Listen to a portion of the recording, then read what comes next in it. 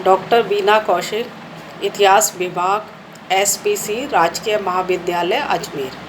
मेरा टॉपिक है कुतुबुद्दीन ऐबक की प्रारंभिक कठिनाइयाँ। कुतुबुद्दीन ऐबक दिल्ली का पहला तुर्क शासक और भारत में तुर्की राज्य का संस्थापक था।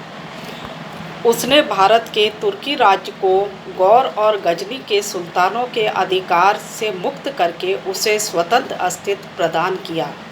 उसने मोहम्मद गौरी की मृत्यु के बाद उसके भारतीय प्रदेशों को न केवल सुरक्षित रखा वरन उन्हें संगठित भी किया। ऐबक के माता पिता तुर्किस्तान के निवासी थे। बचपन में उसे निशापुर के काजी फ़खरुद्दीन ने खरीदा। बाद में उसे मोहम्मद गौरी ने खरीद लिया और उसे हर प्रकार की शिक्षा दी और उसे बहुत योग्य बनाया। ऐबक धीरे धीरे अपनी योग्यता के कारण गौरी के सभी गुलामों में सबसे अधिक योग्य बन गया। भारत में मोहम्मद गौरी की सभी विजयों में कुतुबुद्दीन ऐबक का महत्वपूर्ण योगदान रहा है। गौरी के सेनापति और प्रतिनिधि के रूप में ऐबक के कार्य 1194 से 1206 ईस्वी तक हम देखें तो ऐबक ने गौरी के सेनापति व भारतीय प्रतिनिधि के रूप में अनेक कार्य किए। अर्थात शासक बनने से पहले उसके प्रमुख कार्य विभिन्न विद्रोहों का दमन करना। गौरी ने भारत की विजय की, परंतु भारतीय राजपूत राज्य अभी भी मुस्लिम सत्ता को स्वीकार नहीं कर रहे थे। इस कारण से अजमेर, दिल्ली, मेरठ, अलीगढ़, रणथंबोर में विद्रोह हो रहे थे। इन विद्रोहों का दमन और वहां पर शांति व्यवस्था स्थापित करने का कार्य ऐबक के द्वारा किया गया। दूसरी महत्वपूर्ण कार्य उसके कन्नौज विजय करना। 1194 में गौरी के साथ वह कन्नौज के युद्ध में प्रमुख सेनापति के रूप में उसने महत्वपूर्ण भूमिका निभाई। जयचंद को पराजित करके कन्नौज, बनारस पर अधिकार किया। तीसरा महत्वपूर्ण कार्य था गुजरात विजय।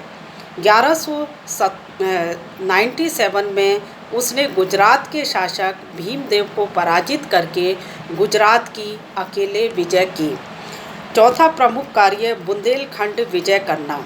1202 में बुंदेलखंड के शासक परमादी देव को पराजित करके कालिंजर, महोबा और खुजराहो पर उसने अधिकार किया।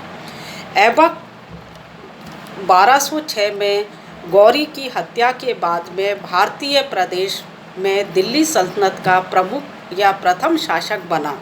शासक बनने के समय उसके सामने अनेक कठिनाइयाँ आईं। इन कठिनाइयों पर उसने अपनी योग्यता और अपनी शक्ति के बदौलत उसने यहाँ पर शासन व्यवस्था स्थापित की। तो ऐबक की प्रमुख प्रारंभिक कठिनाइयाँ कौन कौन सी थीं, वो उनमें से प्रमुख हैं तुर्की अमीरों के विद्रोह का दमन करना।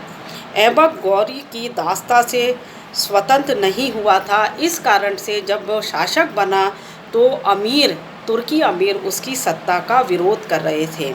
तो इन तुर्की अमीरों को किस तरह से अपने अधीन करें जिससे उसकी सत्ता को वे स्वीकार कर लें। दूसरी प्रमुख कठिनाई थी उसके सामने राजपूतों की बढ़ती हुई शक्ति। राजपूत मुस्लिम आक्रमणों के कारण कमज़ोर पड़ गए थे। उनकी अधीनता स्वीकार भी कर ली थी, परंतु वो समाप्त नहीं हुए थे। जगह जगह राजपूत मुस्लिम सेनाओं को अपनी सीमाओं से बाहर निकाल रहे थे। तो ऐबक के सामने एक और महत्वपूर्ण कठिनाई थी कि राजपूतों पर किस प्रकार से पूरी तरह से इनको समाप्त किया जाए और इन्हें अधीन किया जाए, जिससे इनके विद्रोह करने की सत्ता को समाप्त किया जा सके। तीसरी महत्वपूर्ण कठिनाई थी गौरी के अन्य गुलाम उसके राज्य पर अधिकार करना चाहते थे, जिनमें से प्रमुख हैं ताजुद्दीन यालदोज। उसने गजनी में अपनी सत्ता को स्थापित कर लिया था और गौरी की मृत्यु के बाद उसने अपने आप को स्वतंत्र घोषित कर लिया था। वह भारत के राज्य को अपने अधिकार में मानता था, अतः यह ऐबक के सामने एक चुनौती थी। दूसरा प्रमुख गुलाम था नासिरुद्दीन कुबाचा। सिंध में इसने अपने आप को स्वतंत्र घोषित कर लिया था और वह दिल्ली के राज्य पर अपना अधिकार मानता था।